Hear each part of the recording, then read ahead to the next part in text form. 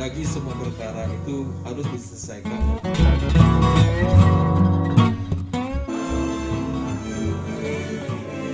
Pelaksanaan launching rumah RJ Restoratif Justice ini adalah mengedepan dalam menjalankan kewenangannya salah satu alternatif penyelesaian hukum yang mendatangkan semangat.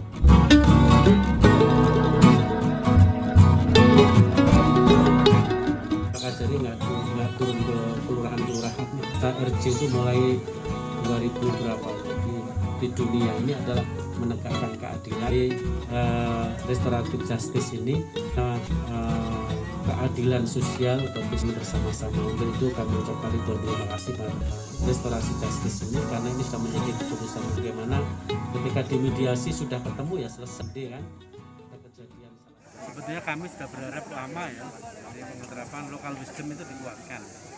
Jadi pendekatan persuasif, adat istiadat ini saya kira juga menjadi keharusan dan kita tahu ya efek jerah sesungguhnya hukum itu tegakkan supaya tidak mengulangi lagi.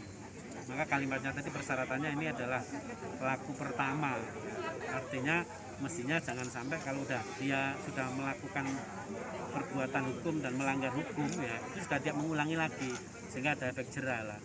Hal inilah yang saya kira mungkin terus menerus yang harus kita kuatkan, apalagi kita beragama.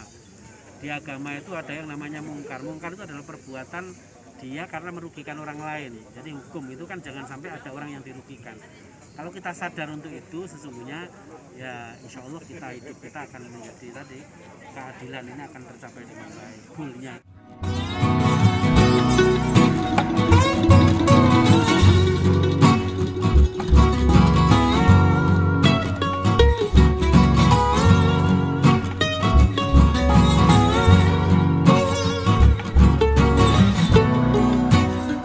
Bapak Suhandi SHMH oleh Bapak Wali Kota Malang, Bapak Dr. Andes Haji Sutiadi.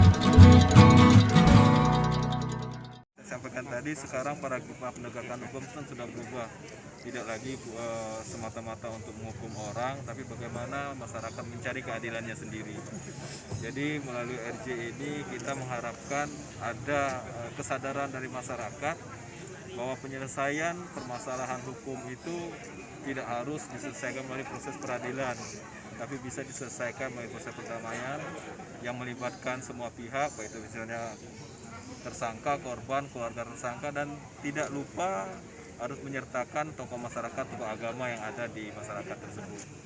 Ya, kami mengharapkan tadi bahwa pelaksanaan rumah RJ ini tidak hanya ada di Rowo-Rowo, tapi juga di kelurahan-kelurahan lainnya, sehingga penyelesaian perkara-perkara yang sekiranya masih bisa diselesaikan melalui proses restoratif justice ini bisa diselesaikan ke tingkat kelurahan.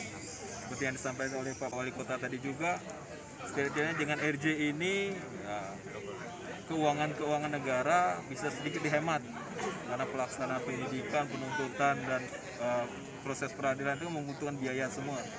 Jadi kalau semua permasalahan bisa diselesaikan melalui RJ, sehingga keuangan negara bisa dimanfaatkan untuk kegiatan-kegiatan lainnya bagi masyarakat. Salah satunya seperti itu, mungkin perkara-perkara mungkin yang melukai rasa keadilan masyarakat, seperti yang saya contohkan tadi, mungkin nenek Mina, yang mungkin secara formil memang memenuhi unsur-unsur tindak pidana, tapi kemanfaatan hukumnya tidak ada masyarakat.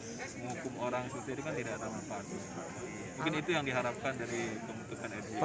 Kita udah ada 3 yang sudah kita selesaikan melalui RJ. Ini sebagai kelurahan percontohan di Kota Malang ini.